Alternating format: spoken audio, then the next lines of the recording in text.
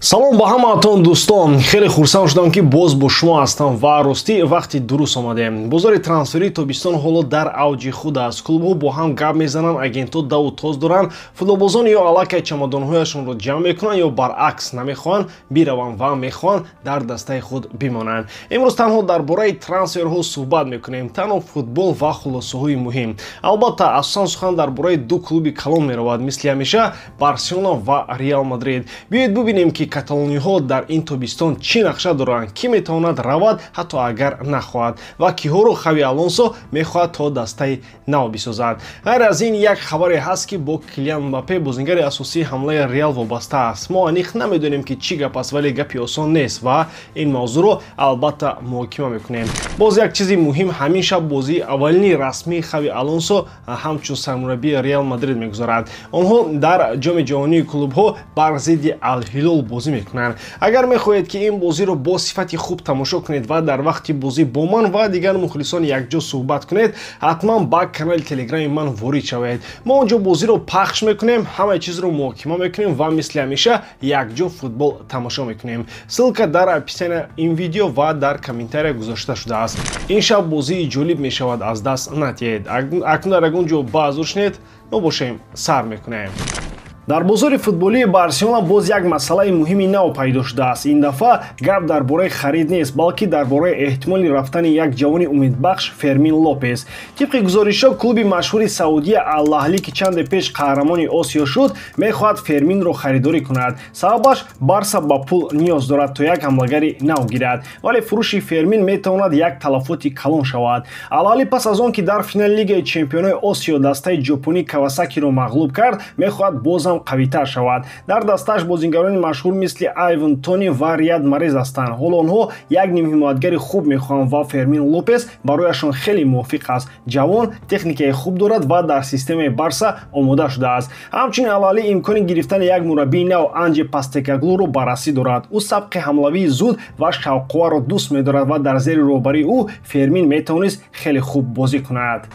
Барса мехоҳад як ҳамлагари чап харидорӣ кунад. Онҳо ба бозингари мисли Луис Диас, Решфорд ва Нико Уильямс назар доранд, вале ҳамаи онҳо хеле гарон ҳастанд. Барои ин харид клуб бояд пули зиёд пайдо кунад ва ин маънои фурӯхтани яке аз бозингарони феълиро дорад. Фермин як варианти мувофиқ барои фурӯш аст. Ӯ бозингари асосӣ нест, вале арзиши хуб дорад. Саудия омодааст барои ӯ тақрибан 3 миллион евро диҳад. Барои Барса ин маблағи калон аст ва метавонад кӯмак кунад, аммо Фермин худаш рафтан намехоҳад.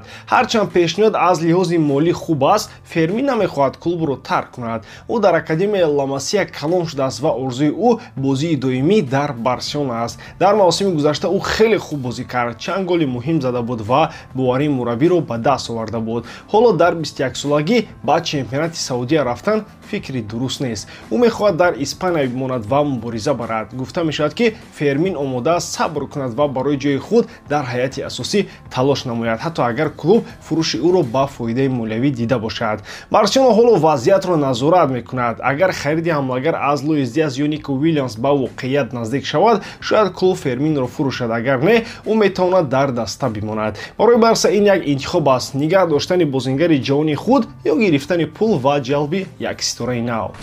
Реал Мадрид аввалин бозиашро дар чемпионати ҷаҳонии клубҳо оғоз мекунад. Ин бозӣ махсус аст, чунки сармураббии нави даста Хави Алонсо шуд. Дар бозии аввал Реал бо як рақиби сахт во мехӯрад. Ҳилол аз Арабистони Саудӣ ки ба наздикӣ мураббии нав гирифт, Симоне Инзагиро. Ӯ аз дастаи Интери Италия омад ва ҳоло дуюмин мураббии сермаоштарин дар футбол аст. Дар дастаи Ҳилол бозингарони машҳур мисли Митрович ва Малком бозӣ мекунанд. Онҳо қариб дар ҳар як бозӣ дар соли 2025 гол заданд. Симоне Инзаги шояд тарзи бозиро истифода мебарад ки дар Интер дӯст медошт. Бо чунин бозингарон Ҳилол метавонад ба Реал мушкилӣ эҷод кунад. Реал Мадрид дар хатти муҳофиза бозингарони нав гирифт. Эҳтимол дар ҳайати аввал Трент Александр-Арнолд ва Хойсон бошанд, лекин чун Хави Алонсо ҳоло тарзи нави бозиро месозад, мумкин аст Реал баъзе хатоҳо кунад. Прогнози ман ҳар дуи даста гол мезанад бо коэффициенти 1.7. Шумо метавонед интихоби худро дар 1x гузоред. Ин ширкат чандин сари сол мешавад ки кору фаъолият дорад ва беҳтарин шароитҳоро фароҳам меорад. танҳо дар мо ва танҳо барои шумо мо промо тайёр кардем бо номи AMG 0777 ки нафароне ки то ҳол регистратсия накарданд метавонанд дар аввалин пардохти худ то ҳаҷми 8000 сомонӣ бонус ба даст оранд. ссилкаи зарурӣ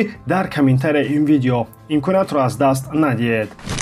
қиссаи Виктор Дёкереш яке аз мавзӯи доғи бозори трансфери дар тобистон аст. Ин ламбагари швед ки бо дастаи Спортинги Португал мавсими беҳтарин дошт ва 43 голи паси головар дод, якбора ба диққати чандин дастаи калон афтод. Гуфта мешавад ки ҳатто ба Реал Мадрид пешниҳод шуд, аммо клуб рад кард. Сабаб чист? Пас аз таъини Хаби Алонсо ба вазифаи сармураббӣ Реал зуд ба кор даромад. Шартнома бо тренер Александр Арнолд, Дин Хойсон ва Франко Мастантуоно аллакай имзо шудааст. Ин танҳо оғоз аст. Алонсо мехоҳад дастае созад ки бо суръат ба ҳамла гузарад. Барои ин ба ӯ як ҳамлагари баланд ва пурқувват лозим аст ки метавонад аз захира омада гол занад, мисли Хосело. Аз ҳамин сабаб онҳо ба Анти Будимир аз Осасуна назар карданд, на ба Дёкереш.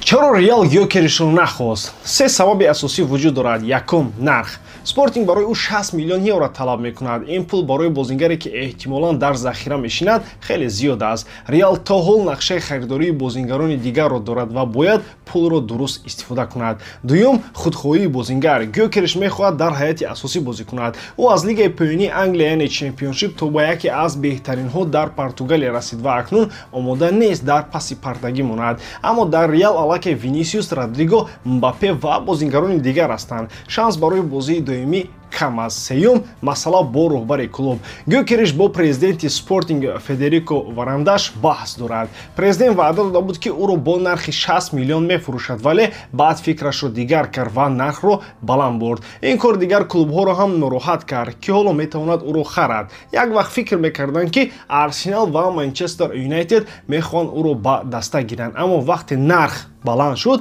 ҳар дуи клуб ақиб гаштанд. Арсенал ҳоло ба ҳамлагари Астон Вилла Оли Воткинс таваҷҷӯҳ дорад. Юнайтед бошад вариантҳои арзонтар ва бо таҷриба дар Англияро мебинад. Оянда чӣ мешавад? Ҳоло маълум нест ки Дёкереш ба куҷо меравад. ӯ аз клубаш норозӣ аст. Спортинг намехоҳад бо нархи пешина ӯро фурӯшад ва дигар дастҳо намехоҳанд аз ҳад зиёд пардохт кунанд. Эҳтимол дорад ки ӯ боз як сол дар Лиссабон монад, аммо ин метавонад боиси муноқиша ва коҳиши ҳавас шавад. Реал дигар ба ин гузариш барнамегардад. Онҳо роҳи интихоб карданд ки дар он ҳар як харид бояд бо диққат ва мувофиқ ба сохтори даста бошад.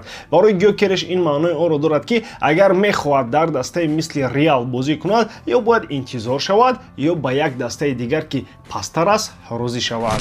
Реал Мадрид ҳоло омода мешавад ки дар мусобиқаи ҷоми ҷаҳонии клубҳо иштирок кунад, вале аллакай бо як мушкилӣ дучор шудааст. Бозингари асосӣ ва ситораи даста Килиан Мбаппе мумкин аст ки дар бозии аввал бар зидди Ҳилол ширкат накунад. Сабабаш ҳарорати баланд ва бемадорӣ аст ки метавонад ба нақшаҳои даста таъсир расонад. рӯзи сешанбе, як рӯз пеш аз бозӣ, нашрияи Эл Чирингито хабар дод ки Мбаппе бо даста тамрин накардааст. ӯ дар меҳмонхона монд, чунки худро бад ҳис мекард. Таб дошт ва онро ҷиддӣ қабул карданд. Ҳарчанд чунин чизҳо баъд аз сафарҳо ва ивазшавии иқлим мешавад, аммо вақте ки сухан дар бораи бозингари муҳим меравад, ин хатарнок аст. Мбаппе чеҳраи асосии ҳайати нави Хаби Алонсо аст ва акнун бозии аввалин зери роҳбарии мураббии нав мумкин аст ки бе ӯ баргузор шавад.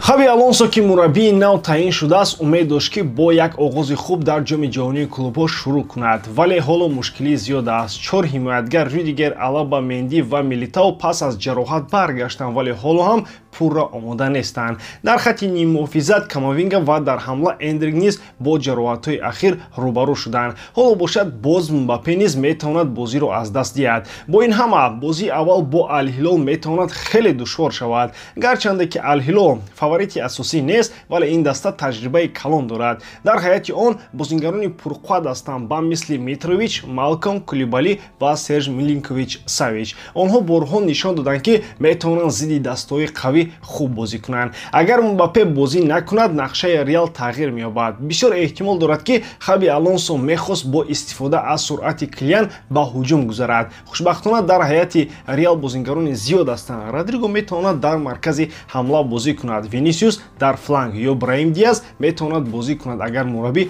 хоҳад бо системае бозӣ кунад ки ҳамлагари доимӣ надорад. Ҳамчунин мумкин аст ки Трент Александр Арнолд ки нав аз Ливерпул омадааст, дар фланги рост бозӣ кунад. Бозии аввал бисёр муҳим аст. Реал дар гурӯҳи H бо Ҳилол, Пачука ва Залцбург бозӣ мекунад. Ин гурӯҳ осон нест. Бозии аввал хеле муҳим аст, зеро он ба ҳиссиёт ва натиҷаҳои минбаъда таъсир мерасонад. Бавария ва ПСЖ аллакай пирӯзиҳои калони худро нишон доданд. Барои Реал низ лозим аст ки бо ғалаба шурӯъ кунад. Ҳар иштибоҳ метавонад ба фишор ва шубҳа дар бораи кори хаби Алонсо сабаб шавад. Гуфта мешавад ки Мбаппе мехоҳад ки то саршавии бозӣ сеҳат шавад, аммо қарор дар бораи бозии ӯ танҳо дар соатҳои охир гирифта мешавад. Агар ҳам ӯ дар рӯйхати даста бошад, шояд ба бозӣ намебарояд. Ба ҳар ҳол ин як санҷиши воқеӣ барои Реали хаби Алонсо аст. Агар даста хоҳад ки қаҳрамони ҷаҳон шавад, бояд ҳатто бе Мбаппе ҳам хуб бозӣ кунад. Чунин шабҳо нишон медиҳанд ки ҳайати нав чӣ қадар қавӣ аст. ба ҳамин тамом боридарам ки ҷодкории ман ба шумо писанд меояд. Лайк, комментария ва дар канал обуна шуданро аз ёд набароред. Бо шумо бисёр вақта Муҳаммад Гаиров. Хай бародарон, дар паноҳи Аллоҳ.